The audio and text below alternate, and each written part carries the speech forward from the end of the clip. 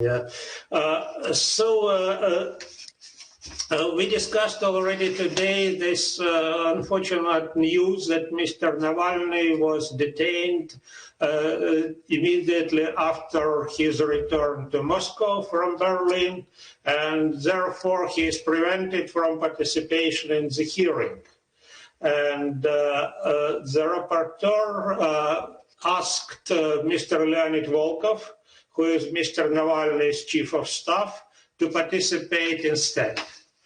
Besides, colleagues, we have been informed about the position of the Russian delegation. Yesterday, I received a letter from the head of the Russian delegation, Mr. Tolstoy, and following his request, the letter was circulated to all members of the committee.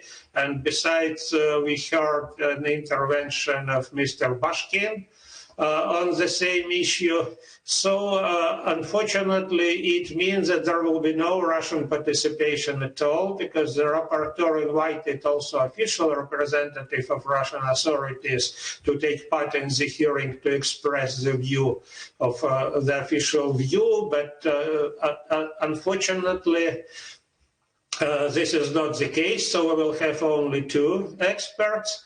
And I must say I'm personally quite disappointed with this attitude, because the only way to handle the serious and sensitive problem seriously is an open dialogue. But so this is now, anyway, let's start our hearing. And first I give the floor to the rapporteur, Mr. Maire, for a brief introduction to the hearing. So, Jacques, please, vous avez la parole.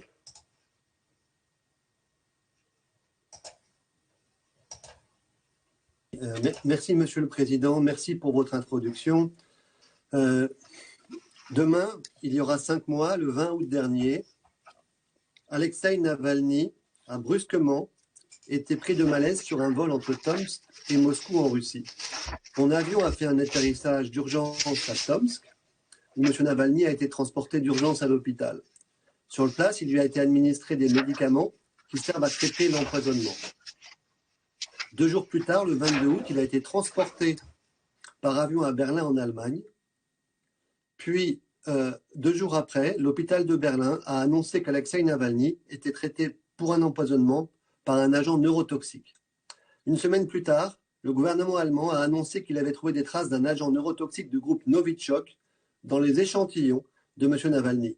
Depuis octobre, l'Organisation pour la prévention des armes chimiques, l'OIAC, a confirmé ce résultat. Le terme Novichok fait référence à un groupe d'agents neurotoxiques militaires développé en secret par l'Union soviétique à l'époque. Selon la Convention sur les armes chimiques, tous les stocks de Novichok auraient dû être détruits. Le développement et la production des agents neurotoxiques Novichok auraient dû cesser. Or, le Novichok reste utilisé. En novembre 2019, M. Skripal, sa fille et d'autres personnes ont été empoisonnés par un agent de type Novichok à Salisbury, au Royaume-Uni. 2 familles d'agents neurotoxiques ont alors été ajoutées au tableau 1 de la Convention sur les armes chimiques. Et selon l'OIAC, les échantillons de M. Navalny ont montré la présence d'un nouveau type de Novichok de dernière génération, structurellement similaire aux familles incluses dans le tableau de la Convention, mais plus récente et plus complexe. À la mi-décembre, le site d'investigation Bellingcat a publié un article sur les déplacements d'une équipe d'agents des services secrets russes. Cette équipe, qui comprenait des médecins et des spécialistes des armes chimiques, suivait depuis plusieurs années les déplacements de M. Navalny en Russie. Il l'avait notamment suivi à Tomsk en 2020, en août, lorsqu'il est tombé malade. 1 semaine plus tard, Bellingcat a publié un autre article basé sur un appel téléphonique entre M. Navalny et un des membres de l'équipe des services secrets. Cet agent du FSB, qui pensait parler à un de ses supérieurs, semblait admettre que l'équipe du FSB avait empoisonné M. Navalny en appliquant du Novichok sur ses sous-vêtements. À ma connaissance aujourd'hui, personne n'a contesté l'existence de cette équipe et personne n'a contesté les éléments décrits par ce M. Kudratsev. J'ai invité, comme vous l'avez dit, un représentant des autorités russes à participer à cette audition. Ils avaient donné une réponse positive de principe il y a quelques semaines. M. Tolstoï, vous l'avez dit, nous a informé qu'aucun représentant des autorités russes ne participerait à la délégation. J'ai donc insisté personnellement auprès de M. Tolstoï, en tant que président de la délégation, pour que la délégation soit présente, mais pour que aussi un représentant des autorités russes soit présent. Personne ne va donc saisir l'opportunité aujourd'hui de nous présenter la position russe, ni de répondre aux interventions de nos invités ou à nos propres questions. Ceci est fort dommage, je le regrette profondément, mais ce n'est pas par manque de volonté de notre part. Une question cruciale est toutefois contestée par la partie russe. Quand et où M. Navalny a été empoisonné? M. Navalny lui-même, les autorités allemandes, ainsi que le Conseil européen, affirment que l'empoisonnement a eu lieu en Russie, puisqu'il a failli mourir en Sibérie. Les autorités russes affirment que ce n'est pas le cas et que cela a dû se produire dans l'avion ou à l'hôpital à Berlin. Mais s'il a été empoisonné dans l'avion ou à l'hôpital de Berlin, alors qui l'a fait et pourquoi? Et comment ces empoisonneurs ont-ils mis la main sur le Novichok, un agent neurotoxique illégal, développé par l'Union soviétique il y a longtemps et qui ne devrait même plus exister? Par ailleurs, le président russe, M. Vladimir Poutine, a admis que M. Navalny était poursuivi par cette équipe du FSB. Mais pour autant que je sache, les autorités russes n'ont pas expliqué pourquoi l'équipe de surveillance comprenait des médecins et des spécialistes des armes chimiques. Je n'ai pas entendu d'explication non plus sur les informations venant de l'agent du FSB. Il existe un principe philosophique et scientifique appelé le rasoir d'Occam, ou la loi de la parcimonie. Ce principe stipule que l'explication la plus simple est généralement la bonne.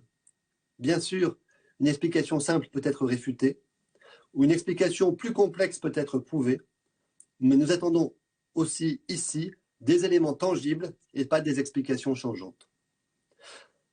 Les autorités russes disent n'avoir aucune preuve qu'un crime ait été commis en Russie et qu'elles n'ouvriront pas d'enquête. Le gouvernement russe a pourtant demandé à l'OIAC de se rendre en Russie et de mener des tests conjoints avec des scientifiques russes dans un laboratoire russe. L'OIAC n'a pas accepté cette demande, car les règles de l'organisation supposent des analyses spécifiques menées en indépendance absolue.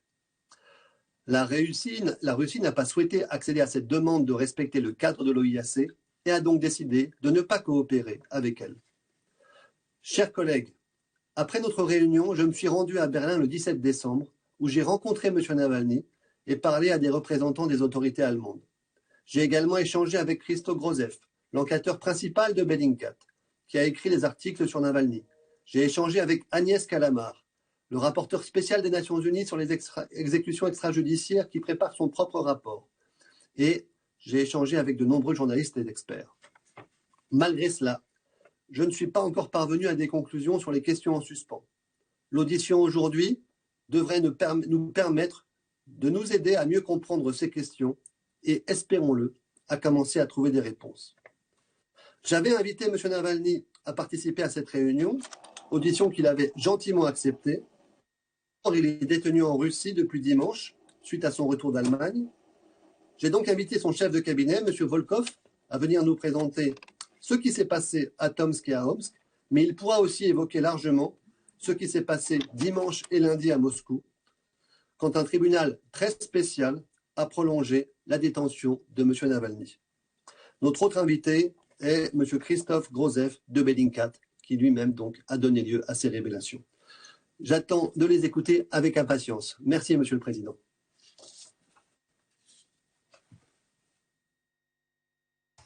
Thank you, Jacques. And now I welcome the participants of our meeting. As the rapporteur said, the first is Mr. Leonid Volkov, who is the Chief of Staff of Alexey Navalny, and another participant is Christo Grozev from Bellingcat, lead investigator of Bellingcat. So, Leonid, please ask for the floor. Leonid, пожалуйста, вам слово.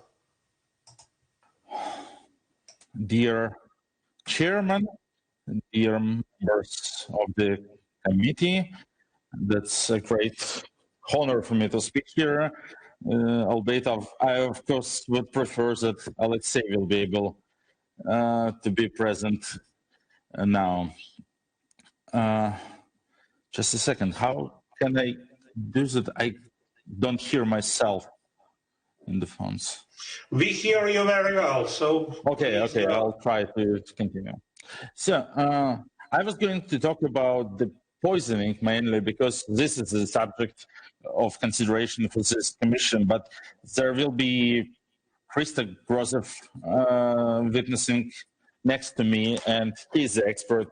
He did the investigation primarily. So I would like to address more the very current events, and especially not only because they are all around and in use, but they are also very much about the jurisdiction of the Parliamentary Assembly of the Council of Europe.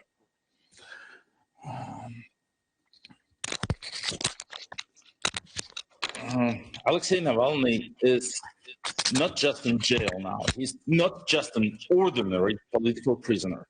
We have to stick to the facts and to the reality.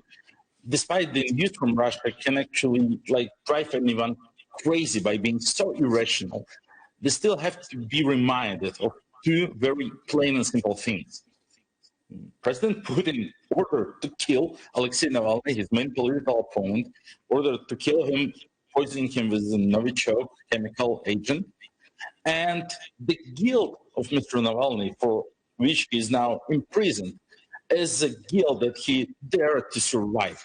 And not only to survive, but to participate in the investigation of his own poisoning. Take a short break. The interpreters have a problem. To reveal all the existing scheme that Russia still develops prohibited chemical weapons, that Russia has at least one and maybe several FSB squads who actually go after opposition figures, and not only opposition figures, as it will be revealed into further parts of the investigation, just trying to remove him from life. The Novichok poisoning is a poisoning which, if successful, looks like a heart attack, looks like something that you can't really reveal and prove. And it's not just a chain of very unlikely coincidences that Mr. Navalny managed to survive here. I was told that the sound quality is very bad now. It's a bit worse, but everything is understandable in my view. Okay. The problem is that when I have the headset on, I hear myself. That's quite terrible also. Yeah, but you can keep them off too, and just keep the microphone closed. Yeah, I'm sorry. When we did the test, everything was fine. Okay. Still, right now, Alexey Navalny is put to the Matrosskaya Tishina, quite a famous prison. It's, for instance, the prison where Sergei Magnitsky was tortured to death and died in 2009. And technically, Alexey Navalny is in the Matrosskaya Tishina prison not because of his poisoning and not because of the investigation, but formally, he is there on a so-called Ifrochet case. Ifrochet, the French corporation, Alexey Navalny allegedly violated the terms of his probation term because while he was on his treatment and rehabilitation in Germany, he didn't come twice a month to the local penitentiary service in Moscow, to make the necessary checks. Even according to Russian law, it didn't give a legal ground for the Russian court to imprison him. And still, they conducted a real kangaroo court yesterday at the police station, which was really ridiculous, which actually caused some unrest even among proper-minded lawyers and legal experts. Leonid, I am very sorry. Please make sure that your language selector is put to floor. Is it the case? Because maybe this... Maybe this is... Yeah. That was the problem. I'm so sorry. Please, better late than never. Please do it now. Okay. That was my mistake, because I'm listening to Mr. Maire and put it to English to hear. Oh my God, I'm so sorry. No, go ahead. The Yves case was started based on allegations of managers of French corporation, which have been pressurized through the FSB in 2012. Later, the company Yves made an audit and confirmed there was no harm done, no material damage, but still the company never revoked its statement and never apologized. So it actually agreed to its role to be to be instrumentalized by Putin to help it get rid from his main opponent. Back in 2014, when Alexey was sentenced to a probation sentence on the Yves case, and now again. And that's actually the way how this export of corruption and malpractice from Russia to Europe works. And there is something we should think of. The Yves verdict was acknowledged to be illegal and unlawful by the European Court of Human Rights back in 2007. Russia not only accepted this judgment of the European Court of Human Rights, Russia paid to Alek and Alexey Navalny the compensations which were ordered by the European Court of Human Rights. This makes yesterday's arrest, imprisonment of Alexei on the same case even more cynical, not only in terms of Russian legal system, but also in terms of European international legal system. So he is now in the prison because he kind of violated the terms of a probation sentence of 2014, which has been already reverted by the European Court of Human Rights. So in my opinion, here and now, the Europe and the Parliamentary Assembly could actually, do more than just be gravely concerned and offer moral support. So right now, Russia very cynically disregards an existing judgment of the European Court of Human Rights. Right now, Alexey Navalny is unlawfully imprisoned in Matroska Tishina, so he is now in the hands of those very people who poisoned him, and this, of course, puts his life into danger. I think that also should give the European Court of Human Rights to use all the existing legal mechanisms to demand for immediate release of Alexei Navalny from the prison. European Court of Human Rights already used these mechanisms during the dramatical events of August 20th, 21st, when it has been ordered that transportation of Mr. Navalny to Germany should be not obstacled and immediate, and this helped. Of course, we know for sure that the change will not come from abroad, that Russian citizens have to stand and fight for their rights and also for Mr. Navalny, and they will do. There will be rallies, and I'm pretty sure also unlawful arrests and other dramatic events, but of course people will turn out to support him. But here, in this case, I think there is a shared responsibility of the world community and European community to intervene and to help. And Russian citizens will be very thankful for this help. That's what I wanted to say to the current events, and I'm very sorry for the technical problems that ruined the first half of my intervention, but maybe if there will be questions, I'll be able to clarify something. Thank you.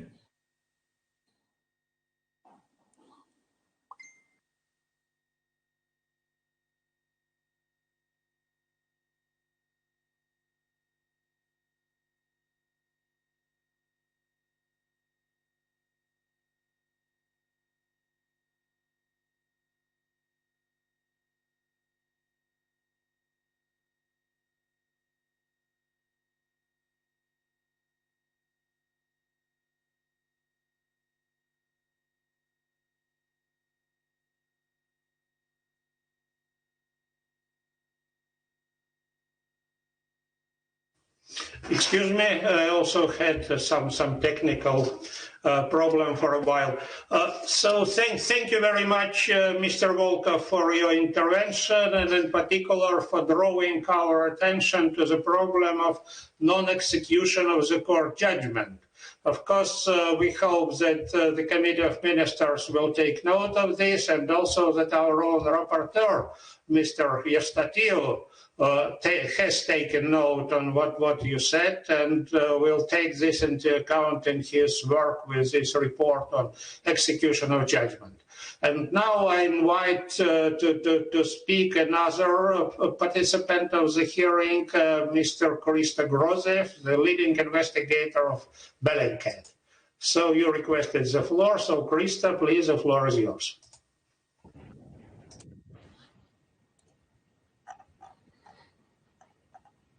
Good morning, Mr. Chairman, and thank you for inviting me. My name is Christo Grozev, and I'm lead investigator with Bellingcat, which is a Netherlands-based collective of open-source investigators. At the very beginning, Bellingcat pioneered open-source investigations, but over the years we have expanded beyond pure open source. But our reports, we always stick in them to two crucial criteria. One is that all of our investigations must be based on objective and verifiable data. And second, that our methods must be transparent and replicable by our peers and our readers. This is why we always publish, or at least we try to always publish, detailed methodology guides for most of our key investigations. In our investigations, we tend to focus on state-sponsored crime and human rights violations, as such crimes often appear to fall through the loopholes of the international law system. These are the crimes that are often never investigated because crime-committing states rarely investigate their own crimes. And the doctrine of sovereignty means that other states often give a pass to crime-committing states. Such appears to be the case at hand with Navalny's poisoning. Our own investigations into the poisoning of Alexey Navalny, in fact, started long before he fell into a coma on that flight from Tomsk to Moscow last August. It started nearly 3 years earlier when we investigated another set of poisonings, the near-fatal Novichok poisonings of Sergei and Yulia Skripal in Salisbury, and the fatal one of Dawn Sturgis in neighboring Wiltshire. We have been able to identify the culprits behind those poisonings relatively quickly, a group of high-ranking officers from Unit 29155 of Russia's military intelligence, the GRU, who traveled under fake state-issued documents. The 3 undercover officers dispatched to poison a former colleague in the UK were heroes of the Russian Federation, the highest award that the President of Russia can give. We later discovered that they had been sent abroad to poison others, including a Bulgarian arms manufacturer who nearly died from a chemical weapons grade poison applied to his car door handle. It took us much longer to identify how the GRU obtained their chemical weapons for their missions of extrajudicial assassinations. A long-running investigation finished in 2020 led us to the discovery that several Russian state-run scientific institutes employ scientists formerly working for Russia's official chemical weapons program. One institute in particular, the so-called Signal Scientific Center in Moscow, claiming to be developing sports drinks today, employs more than 10 scientists formerly engaged in developing the chemical weapons program in the closed military town of Volsk, or also known as Shikhani 2. Using metadata from phone calls made by the management of the Signals Institute, we identified regular communication patterns between these sports drinks developers with chemical weapons backgrounds and members of the GRU Unit 29155, the same one that perpetrated the Novichok poisonings. These communications had peaked just before the 3 undercover officers traveled to Salisbury in March 2020. This and many other data points led us to the conclusion that the Signals Center was one of several institutes in Russia that continued chemical weapons development under the guise of civilian research, long after Russia had committed to dispose of its chemical weapons under the Chemical Weapons Convention. Thus, when we heard that Alexey Navalny had collapsed into a coma on a flight from Siberia to Moscow last August, with initial symptoms that showed possibly organophosphate poisoning, we already knew that Russia is running a clandestine chemical weapons program. We also knew who the scientists, the top scientists, were behind that program. That knowledge gave us a flying start in investigating the poisoning of Alexey Navalny. Our investigation into that poisoning had 2 starting points, the poison itself and the perpetrators. First, we followed the poison. We inspected phone call metadata of the lead scientists of the Signal Institute, which we had obtained from the previous investigation. We looked for any calls to security officers, either from the GRU or from the FSB, in the days and the hours around Alexey Navalny's poisoning. We noticed communication between the chairman of the Signal Center, Mr. Artur Zhirov, and 3 key officers of the FSB Criminalistics Institute. Its chief, General Kirill Vasilyev, its former chief and current head of FSB's scientific service, General Bogdanov, and its deputy director, Colonel Stanislav Makshakov. Our search in open source data showed that both General Vasilyev and Colonel Makshakov are specialists in chemical weapons, with Colonel Makshakov hailing from the 33rd Military Institute that developed Novichok, along with more than 20 other toxic agents in the 80s and 90s. Our subsequent analysis of phone records of Makshakov and Kirillov showed that the two communicated regularly with a group of 8 FSB officers, most of whom we discovered were either trained doctors or experts in chemical weapons. We then obtained the travel history of these 8 FSB officers. We identified patterns of joint travel to different destinations within Russia, in groups of 2 or 3. Next, we obtained from Alexey Navalny himself his own history of travel for the past 5 years. We superimposed the group trips of these FSB officers with those of Alexey Navalny and found a striking, statistically persuasive overlap. On at least 34 occasions, these FSB officers had flown or taken train rides just hours before or after Navalny, exactly to the places where he was going or coming back from. When we subsequently identified the cover identities of these officers, the number of overlapping trips rose to 40. These joint trips had begun in January 2017, only weeks after Alexey Navalny had announced his plans to run for president in the 2018 presidential elections. During the campaign, the FSB officers shadowed the candidate on nearly all campaign trips around the country, 12 trips in total. On almost all of them, with only one exception, the FSB officers did not take the same flight or train as Navalny.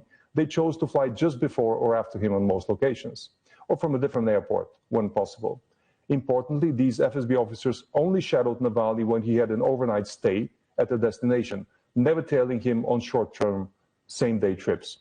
The FSB officers rotated their real identities with their undercover names, sometimes flying under one name in one direction and under another on a return trip. At this point, a hypothesis was beginning to take shape for us. An FSB clandestine unit composed of chemists and doctors were shadowing Alexey Navalny, picking only such trips where he would stay at a hotel and avoiding flying on the same flights whenever possible. This operation had no marks of a political surveillance campaign. It had all the bearings of a long-term assassination plan. Alexey Navalny was not allowed to run for president in 2018 based on a criminal indictment that we talked about today. So after 2018, there was a gap in the FSB trips with him. But in 2020, on the 2nd of July, 3 members of the same FSB squad flew to Kaliningrad. They flew there just ahead of the arrival of Alexey Navalny and his wife, who were going there for a 1-week getaway. The FSB officer stayed in Kaliningrad until the evening of the 5th of July. The next day, on the 6th, Yulia Navalny fell severely ill with symptoms of disorientation and loss of muscular function. She had been incapacitated for most of the day and only recovered the next day. It was namely on that day, the 6th of July, when we registered the highest peak of communication among scientists from the Signal Center and top-ranking officers from the FSB's Criminalistics Institute. On the 13th of August, these same 3 FSB officers, Alexey Alexandrov, traveling under the fake identity of Alexei Florov, Ivan Osipov, traveling as Ivan Spiridonov, and Vladimir Panyaev, flew from Moscow to Novosibirsk. Several members of Navalny's anti-corruption fund had flown to that city the same day, and they knew that Navalny himself would be joining the next day. As Navalny himself was arriving in Novosibirsk, one of the officers, Mr. Alexandrov, made the mistake of turning on his telephone briefly, and we placed him exactly near the hotel where Navalny would stay later that day. Then, as Navalny and his team moved on from Novosibirsk to Tomsk on the 17th of August, so did the same 3 FSB officers. This is visible not only from the fact that they bought return flight tickets from Tomsk to Moscow on the 21st of August, but also from the fact that the same FSB officer, Alexandrov, used his phone one more time the night of the 19th to the 20th of August. Just after midnight, metadata placed him within walking distance to the hotel where Alexey Navalny would collapse into a coma after leaving that hotel several hours later. Throughout that night, and for most of that week, there was hectic telephone communication between the FSB team in Tomsk and the boss in Moscow. Makshakov, the direct supervisor of what we now know is the FSB poisoning squad, was calling his boss the whole night and apparently reporting that the mission had failed the next morning. So you can read the detailed investigation and how we reached our conclusions, but what I want to emphasize is that our finding point not only to a single attempt on the life of one particular person, Mr. Alexey Navalny, but the existence of a structural unit within the FSB staffed with experts in chemical weapon poisoning and doctors whose apparent goal has been to go around and assassinate or try to assassinate Russians of all professions and caliber. So far, we've been able to identify at least 3 successful poisonings, and we plan to publish the results from that in the next few days. Thank you, Mr. Grozev, although for showing us this quite gloomy picture, but it's anyway, we must be aware of the situation and be aware. So probably the members of the committee might have some questions, and I open the floor for comments and questions and exchange of view. So, Lord Balf.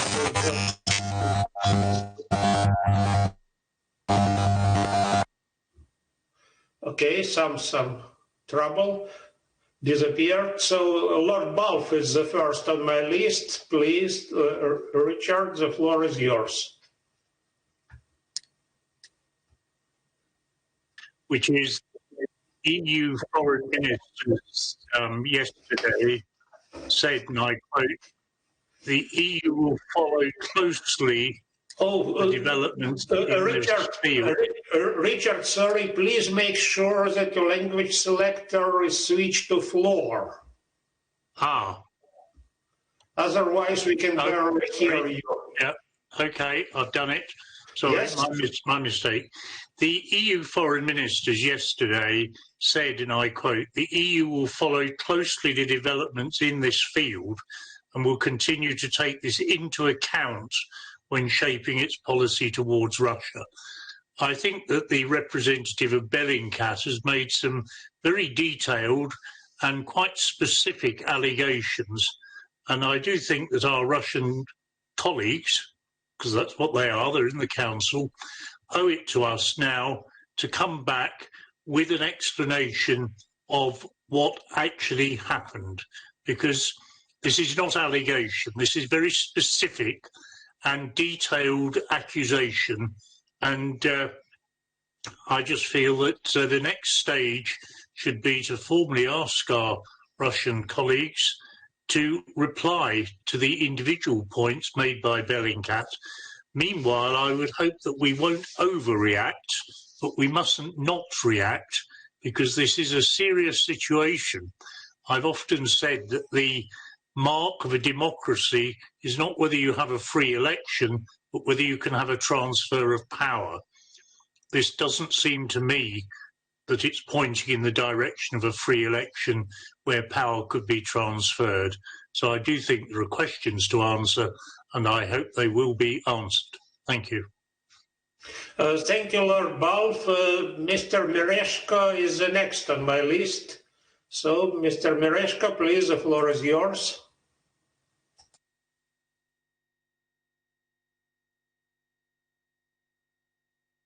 Thank you, Mr. Chairman. First of all, I think it's very telling that the Russian delegation is absent from discussion from these hearings, and which is an indication that instead of trying to prove their position, they're trying to hide something from us. That's why my question logically follows from this situation, and my question is addressed to Mr. Jacques Maire. I would like to ask him, in connection with his recent interview, what are the chances to hold urgent debates on this very serious issue, and when these urgent debates can be held? Thank you. Thank you, Mr. Mereshko. So, Mr. Vlasenko is the next speaker, please. Sergei, the floor is yours. Boris, I think that the main question, the main issue is the attitude of the Russian Federation towards this situation. The attitude is the core question. So we see that's not the attitude of Mr. Tolstoy or Mr. Bashkin or Madame Rukavishnikova or whoever else. That's the attitude of the Russian state, Russian Federation state towards the situation. So all of us remember the famous song of Robbie Williams, popular several years ago, Party Like a Russian. I would change just one word and we will receive dialogue like a Russian, end of discussion. So we have no discussion about this situation. We have no words from the Russian Federation. So their policy is to name something black as something white, as they did in Crimea, saying that there were no Russian troops. There were only some peaceful green people. They are saying that there were no Russian troops in Donbass. They say, oh, that's some kind of some persons from the Russian Federation, but not the regular Russian army. So that's the tactic of the Russian Federation. And that tactic will be used every time when someone will touch the sensitive question. So dialogue like a Russian, end of discussion. No discussions, no words.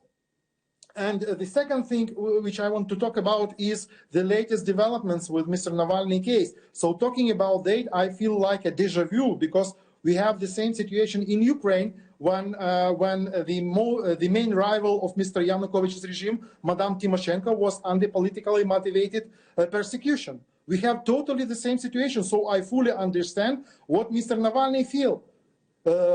So the only difference was that Mr. Navalny case was heard in the police department, but Madame Tymoshenko's case was heard in the cell of the pretrial detention center.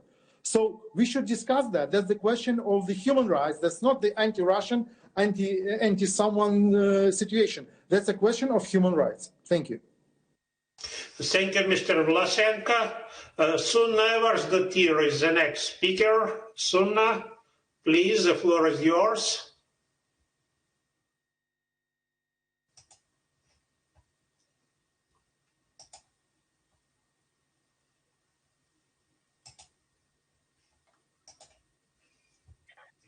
Thank you, Boris. Dear colleagues, this has been a very interesting debate. I want to thank the speakers. I think it's also quite important to point out that considering the fact that Mr. Navalny has now been detained, I think it is reasonable to ask the question of whether or not his case also falls under the remit of the report that we have ongoing about possible political prisoners in Russia. I feel it is worth pointing out that it is a matter worth looking into. So I think I just wanted to point that out, that his imprisonment in the aftermath of his poisoning also begs some questions about the nature of his detention and whether or not it is politically motivated. So it is something that I will be looking into in the course of my mandate on political prisoners in Russia. That is all. Thank you. Thank you, Sunna. So probably I see that our rapporteur is asking for the floor, but probably, Jacques, I will give you the floor as the last speaker. So now I give the floor to Georgi Katrougalos. Please, Georgi, the floor is yours.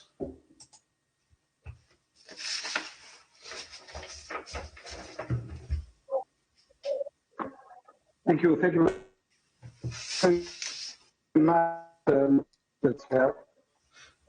Georgi, please make sure that your language selector is put to floor. It is to floor. Now it's fine. Can you hear me? Or yes, yes, go ahead. Thank you. My question is the following: using unknown stuff allegedly also used but at the script case, the Russian authorities were Georgi, I am afraid that it will be difficult for interpreters. Could you please take the microphone closer to your mouth?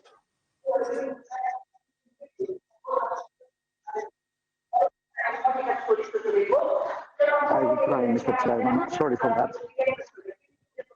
My question was the following: why the Russian authorities would like to use unknown substance, unknown poison, also allegedly used in the Skripal case, it is the same as if they were leaving their visiting card, as if they wanted to be identified. How can our expert explain this fact? Thank you very much, Mr. Chair. Thank you, Georgi, and sorry for these problems with the connection. So we still keep fighting with the technical level of communications available in different member states. But, okay, and now I see no more members asking for the floor. So I would like to give the floor to the rapporteur. And you can ask some questions to the speakers or to make some concluding remarks. And then in the end, I will give the floor back for concluding remarks to the participants of the hearing, to the speakers. So please, Jacques, the floor is yours.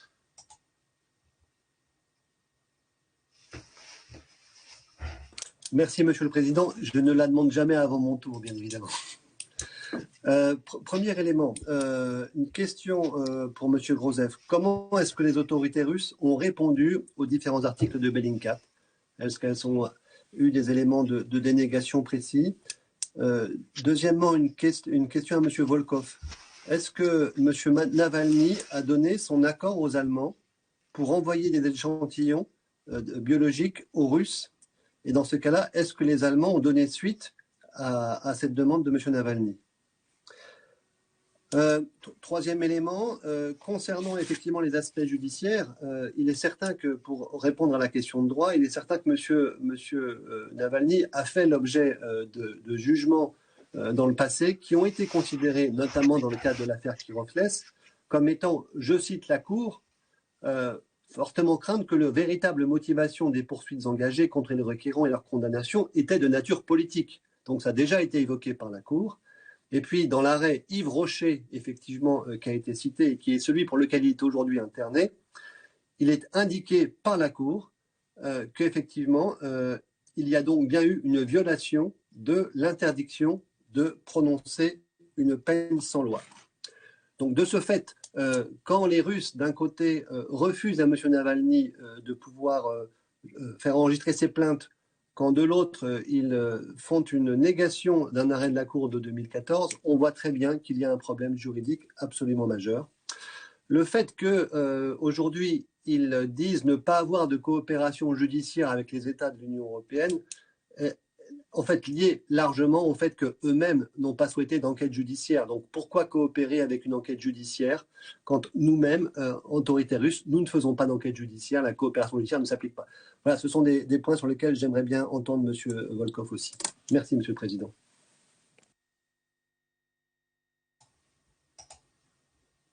Thank you, Jacques. And now I would like to give the floor back to our invited speakers. And let's go now the other way. So, Christo, would you like to answer the questions and to make your concluding remarks first? So, Christo, please, the floor is yours.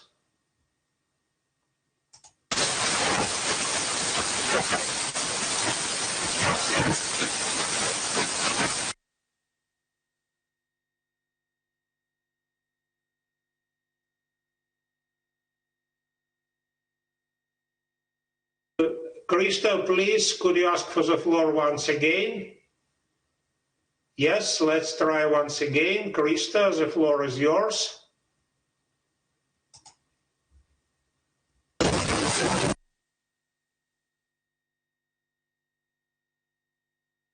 It seems still something goes wrong. So maybe in the meantime, I see that Emanuele Zingeris is asking for the floor too. So maybe let's give the floor to Mr. Zingeris while Mr. Grozev will try to manage his technical problems.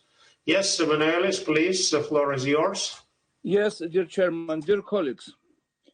For those who are, dear Boris and dear members of the committee, and dear guests who are long years in the committee, we remember it's only a remark from my side, and thank you for fantastic contribution from the guest side to our committee meeting.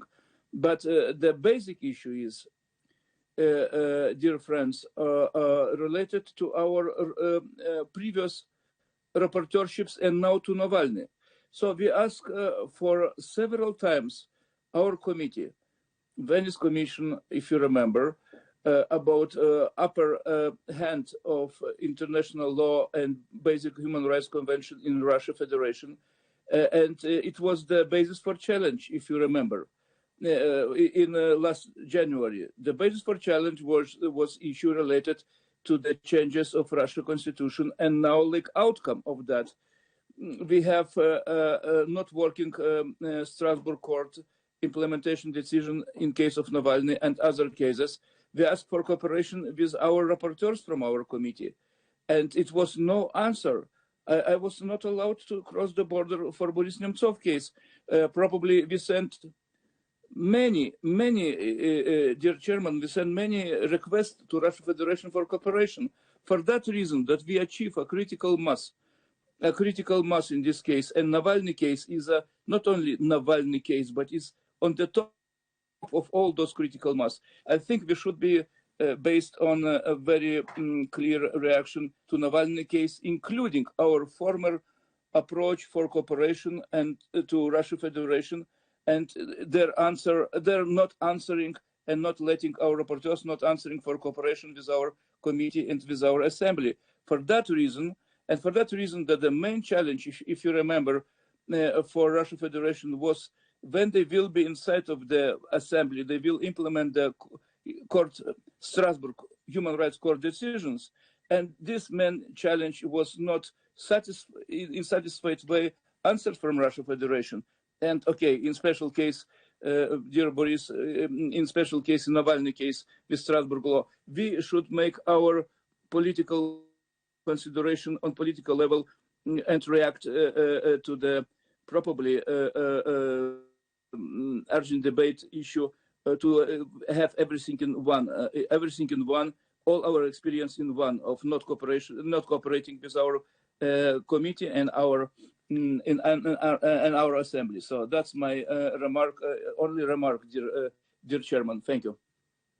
Thank you, Emanuelis. Indeed, I share your concerns to substantial extent, because indeed we are here in order to maintain dialogue and to cooperate and to speak about also painful and sensitive issues. So let's think all together how we can better organize this dialogue so that our assembly fulfills its role.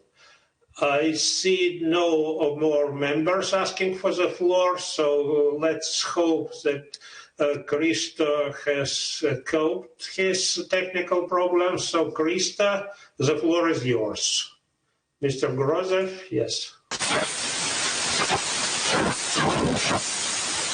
No, it seems it still doesn't work properly. So, Leonid, are you ready to answer the questions and to make some concluding remarks?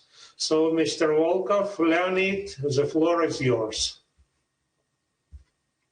Hello once again. I hope here we don't have technical problems.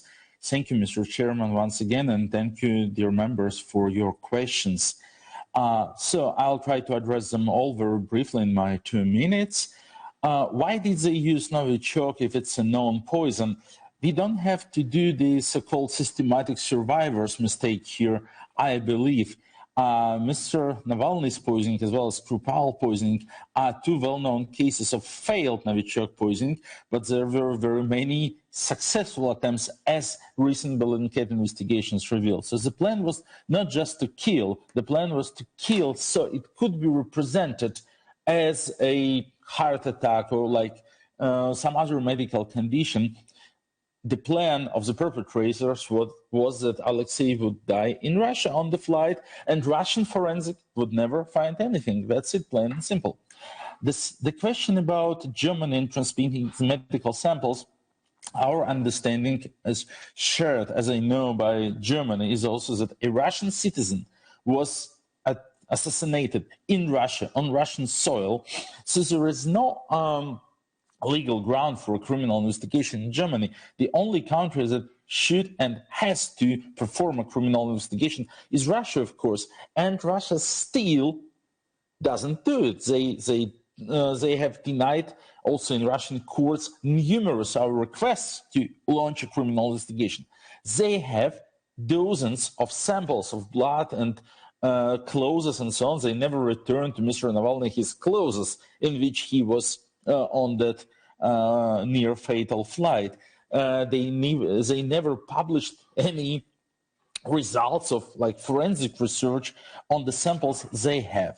They wanted to obtain some samples from Germany, apparently to speculate, to make some more like white folk around the story, like, okay, we received some samples from Germany and there is nothing in there. That's probably what they would say. But actually, Russia has all the necessary materials, data, samples, and whatever for a successful investigation. Russia doesn't do it, and it's, I think, speaks for itself. There were more questions that I probably forgot to answer. I'm sorry, but my 2 minutes are over. No, we can be quite flexible. If you want to say something else, please do. Could you please remind me of the questions that I have to address additionally? No, there were many questions, so I think the principle I did address. Maybe Christo will have something to add. Okay, спасибо, Leonid. Thank you for being with us today.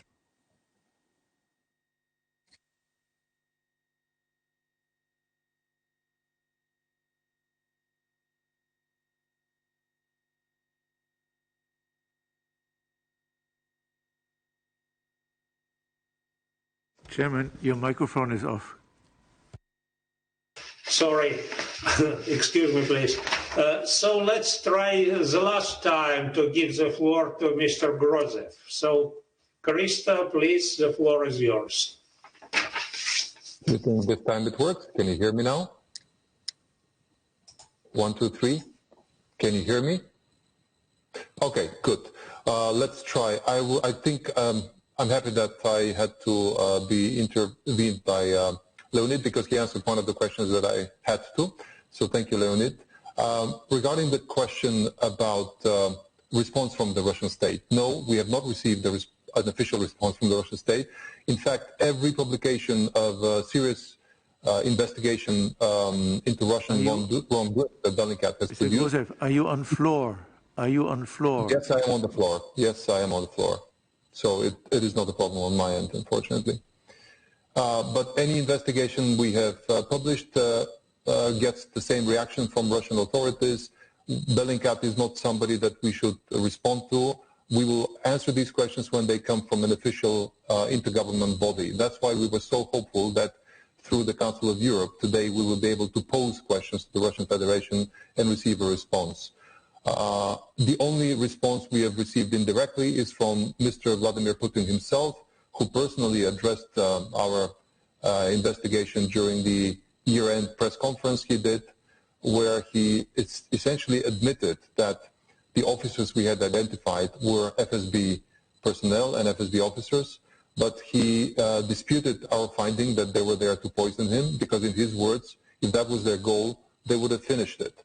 Instead, he justified their presence as pure political surveillance because Mr. Navalny was deemed by him as being a foreign agent who deserves to be followed around by officers. Obviously, that raises the questions, why would the Russian security services send an overqualified team of chemical weapons experts, of medical professionals?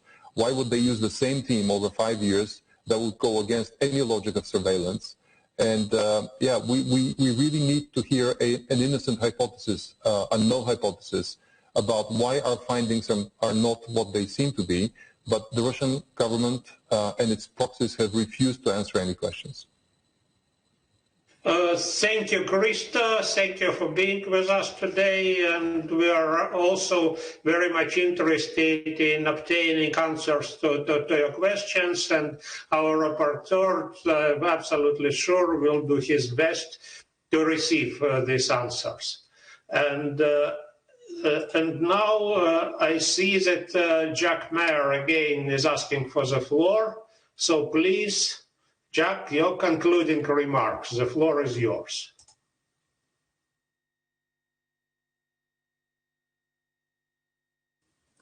Absolutely, dear President.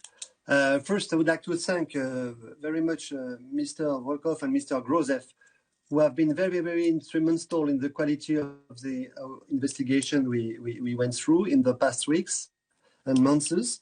I look forward to going with them on the coming months in order to dig into the questions which have been raised.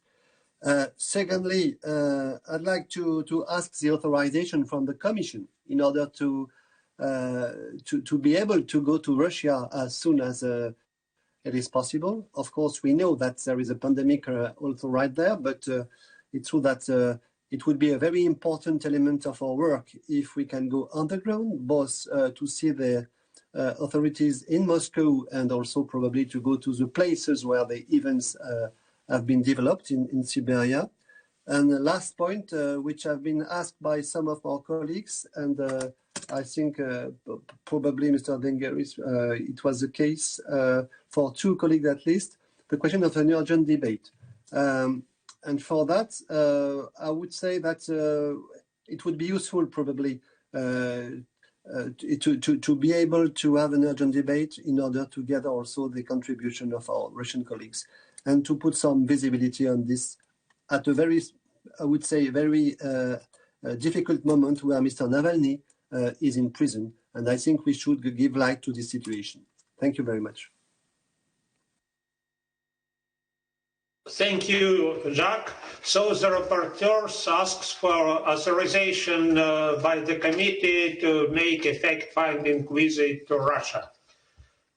Does anyone object to this? So probably Mr. Zingeris was asking the floor on another occasion. So I see no objections. So Jacques, you have authorization of the committee, and let's hope that this visit will be possible, both in terms of epidemiological situation and politically too.